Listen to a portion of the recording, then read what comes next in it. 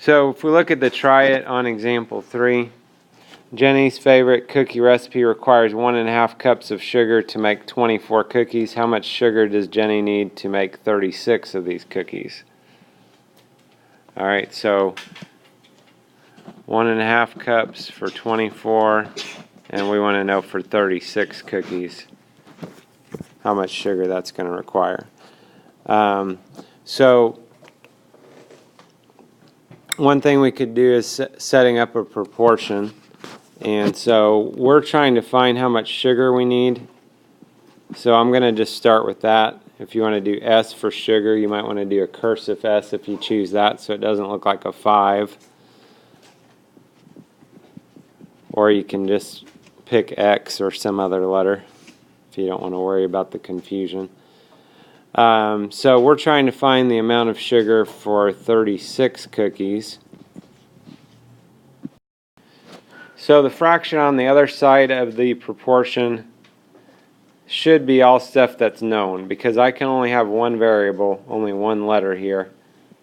So in the numerator is the amount of sugar, so 1.5 cups of sugar, and that was for 24 cookies. So at this point we have this set up. So now as we mentioned, you can try to look for patterns, multiplying or dividing going towards the variable. So for example, with a calculator, we could maybe figure out how do we get from 24 to 36. In order to do that, what you'd want to do is take 36 divided by 24. Always take the bigger number divided by the smaller number. And again, on your calculator, it's going to look like this, just because it's your fraction sideways, 36 divided by 24. And then always think about whether the number going towards the variable, whether the numbers are getting bigger or smaller. That'll tell you whether you should be multiplying or dividing. So if you divide that out, you should get 1 5/10, 1.5. Since we're going this direction from the 24 to the 36, the number's getting bigger. 1.5 is bigger than 1, so this would be multiplying by 1.5 to get there. And so what we could do then to figure out the amount of sugar, we could just multiply 1.5 by 1.5, or in other words 1.5 multiplied by 1.5. And if you multiply that, you get 2.25. Remember to put your units. If I just say I need 2.25 of sugar, that doesn't really mean anything. So we could also write that. You might know this would be the same as 2 1/4 cups. Okay, again, that gives us the same proportion of sugar, so that our cookies taste just as sweet as the original recipe.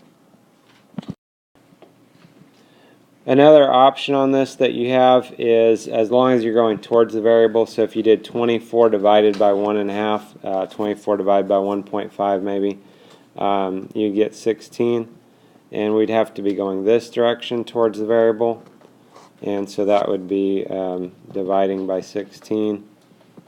So then if you take 36 divided by 16, you get the same answer. A third option we have, there's lots of ways we can do this. Just as a third option, I'm going to put 1.5 instead of the 1.5, I guess. You could say they're dividing, variables being divided by 36. So we could multiply by 36 on both sides.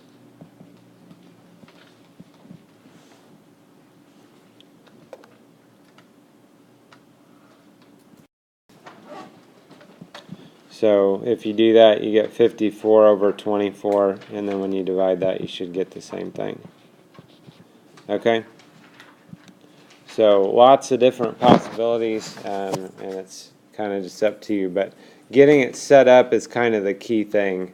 Make sure if we have sugar over cookies on the one, that we have sugar over cookies on the other one. And then also, like I mentioned, make sure you remember to put units.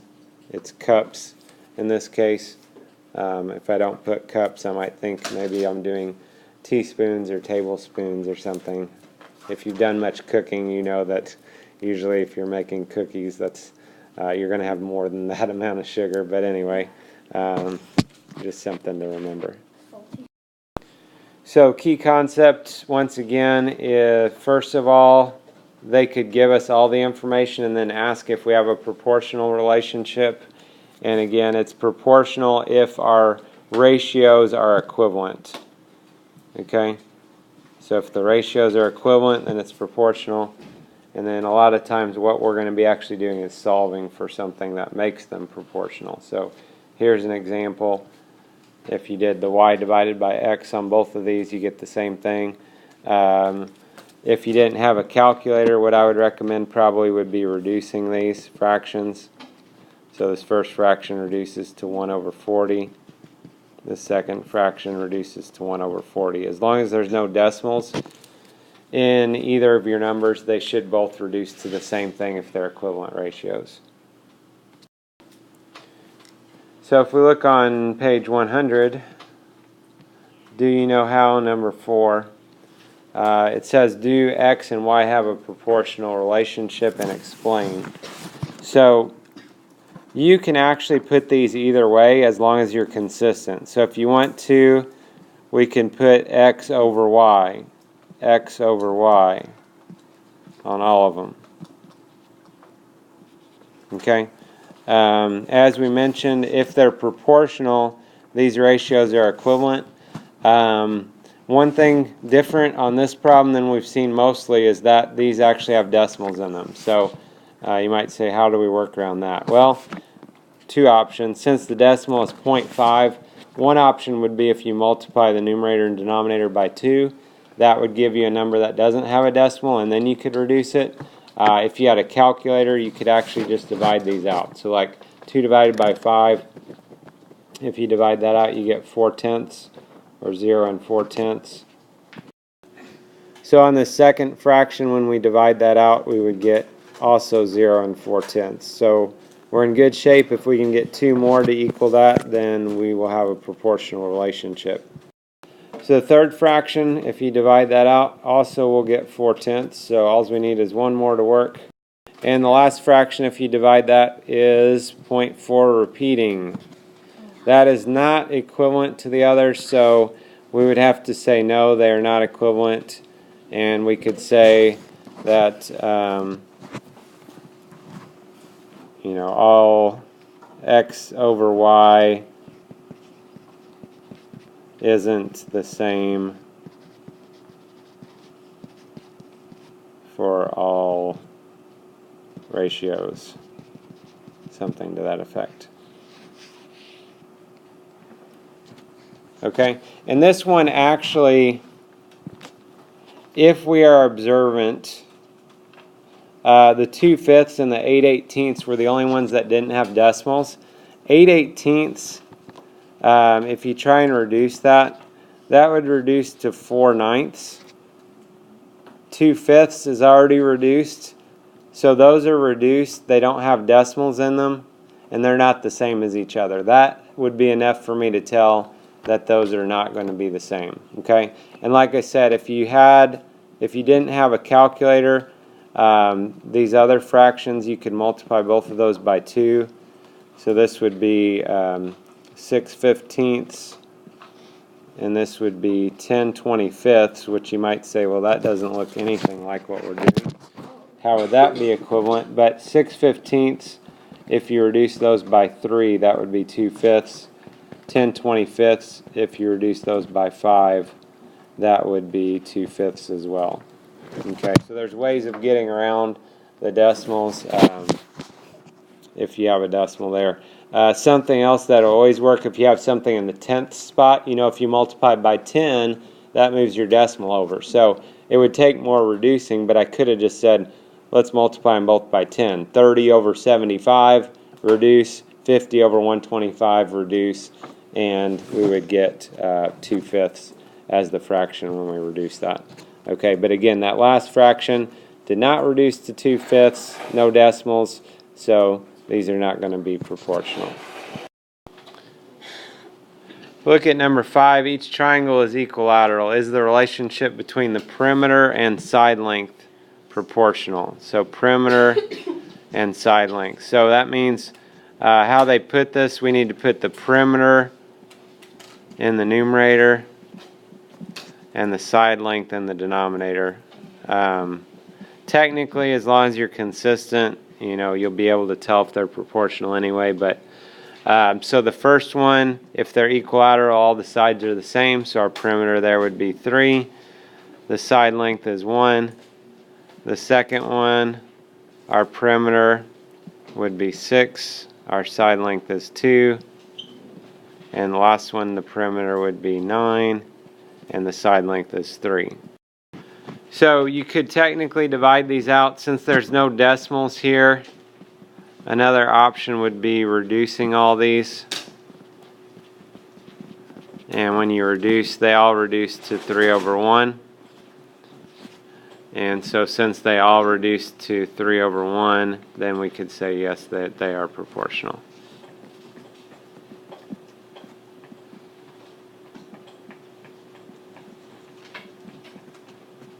Okay, they all reduce to 3/1, or they're all equivalent to 3/1.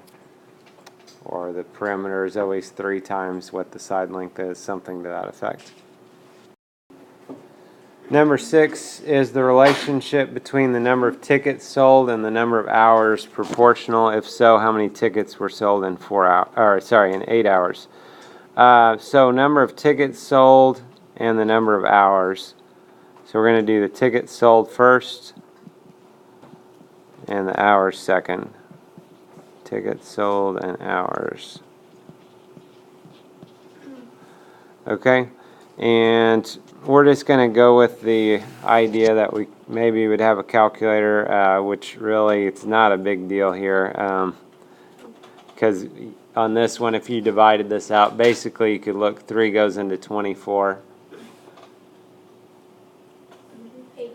Okay, 8 times, and then we got a 0, so that's going to be 80. So that's like 80/1, which, you know, basically dividing those by 3. Okay, or you can just divide them out. Okay, that'll be 80, and this one will be 80 as well. Okay, so since they're all 80, then to answer their first question, we could say yes, it is proportional.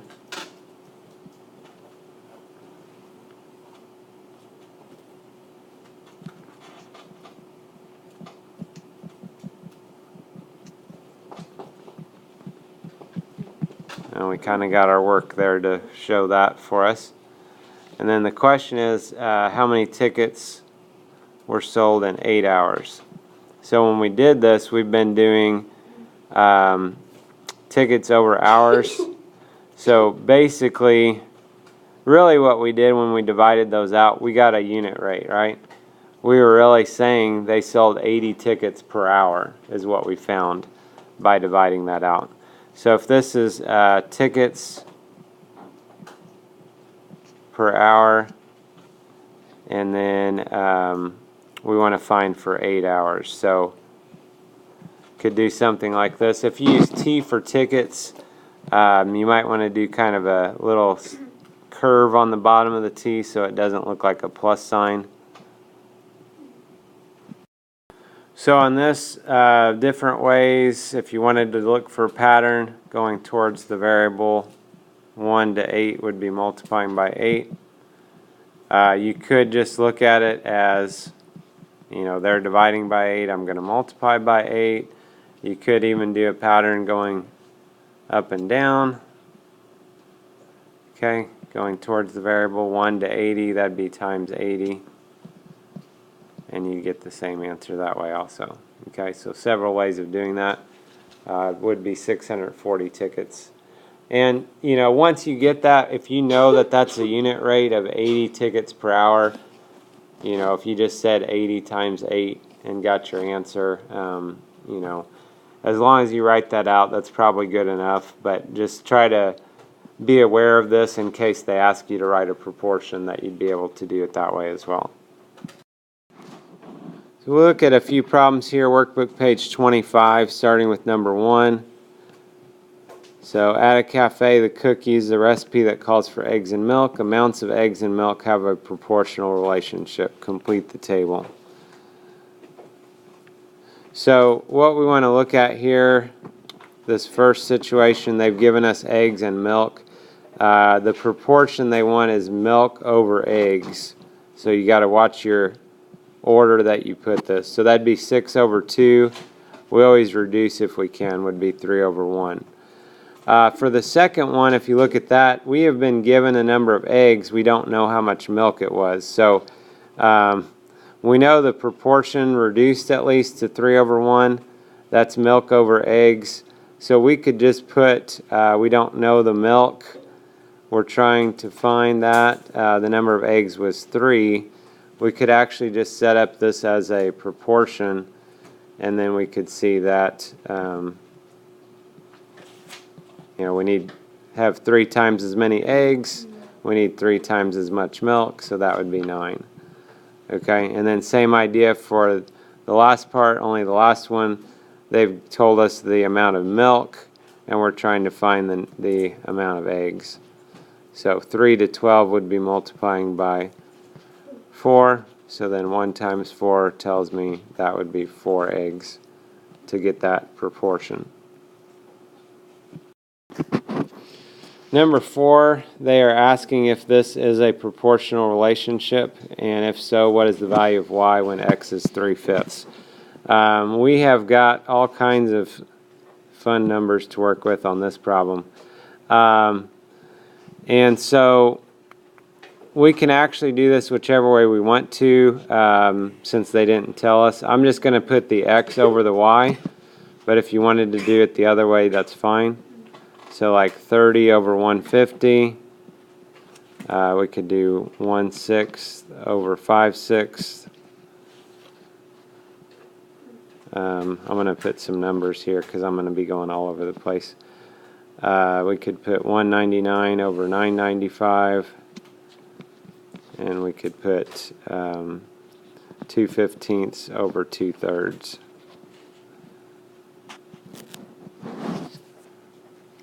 Okay, so these look nothing like each other at the moment. We're going to try to either divide them out or simplify them. So this first fraction, if you would just divide that out as a decimal, you'd get 2/10. If you reduce the fraction would reduce to 1/5. Okay.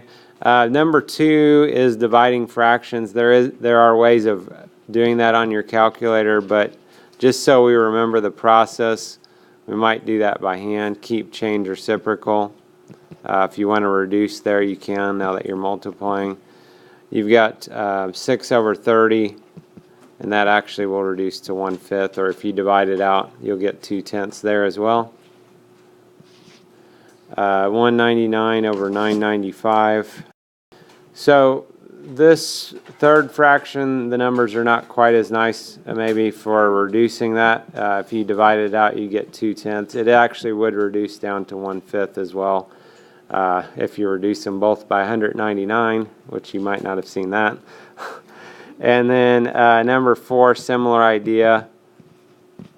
If we start out and then keep, change, reciprocal, and then that will reduce to 1/5 or 2/10 if you divide that out. Okay, so they all worked out to the same thing. So does it show a proportional relationship? We would say yes. Okay. So that's our first answer. And then our second answer, what's the value of y when x is 3/5? So we did x over y. X over y was 1/5. It might be good for us to have that as a fraction instead of a decimal. And it says when x is 3/5. So x is 3/5. I'm going to put a 3/5 up here, and I'm trying to figure out what y is. So if you wanted to go towards the variable here, maybe you guys see this pattern. Going from 1 to 5 is multiplying by 5. Or you could say going across, going from 1 to 3/5 would be multiplying by 3/5. So if we do 3/5 times 5, that's like 5 over 1. And 15 divided by 5 is 3, so y would equal 3 in that case. Number 8, during snowstorms, the city sends out trucks to plow. The amount of snowfall and the number of trucks sent out are shown in the table. Is the relationship between the amount of snowfall and the number of trucks proportional, and explain? So if we look at amount of snowfall, number of trucks, so snowfall and trucks, we could put 6 over 15, 8 over 20, 12 over 30, and 18 over 45. We could divide them out and get decimals if we had calculators. Otherwise, we can just try and reduce these. This first fraction would reduce to 2/5. The second fraction reduces to 2/5. The third fraction, if you see to reduce those by 6, that would reduce to 2/5. And the last one, if you see to reduce those by 9, would be 2/5. So yes, it is proportional, and you'd want to say something about each of those ratios reduces to 2/5. And then the question for a 23-inch snowfall, how many trucks? So we know 2/5 is our ratio. That's the inches divided by the number of trucks. So 23 inches, how many trucks is what we're trying to find. This pattern maybe isn't quite as nice as some of the others, but we could find patterns. If you don't see a pattern, you'd want to switch these around and get the variable on top so you can multiply. So this would be multiplying by 11.5. And if we work this out, that would be 57.5. We can't send out half of a truck, so we might want to send out 58 trucks then.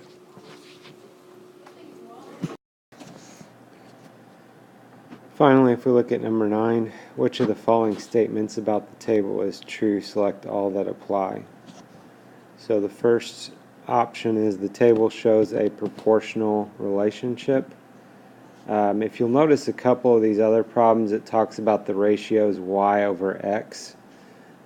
So since they're talking about that, I'm going to go ahead and do y over x for my proportions, or for my ratios, to see if they're proportional or not. So y over x for all these.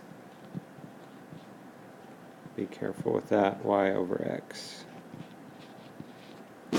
Okay, so 9/27, you might notice if you reduce both of those by 9 would be 1/3.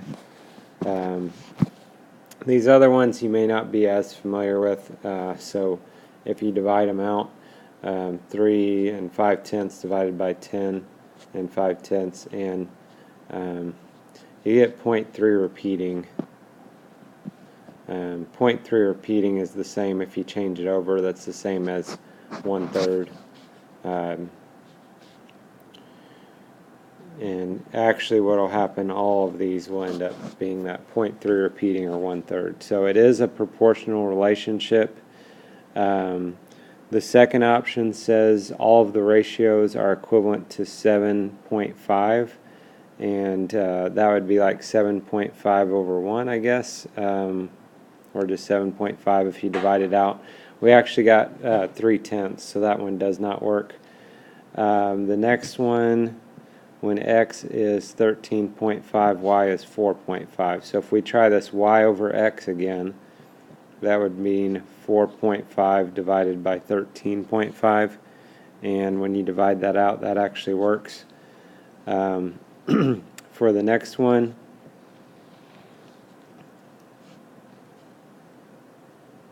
and I guess if we kind of number these to keep track of our work, what work goes with what problem.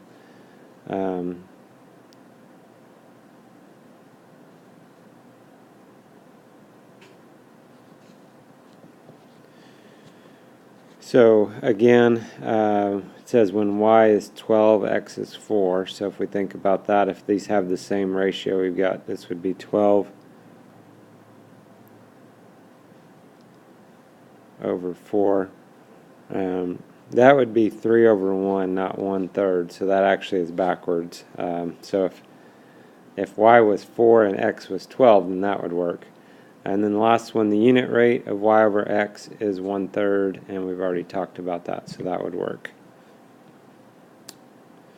So this gives you an idea of how to work with equivalent ratios and proportional relationships.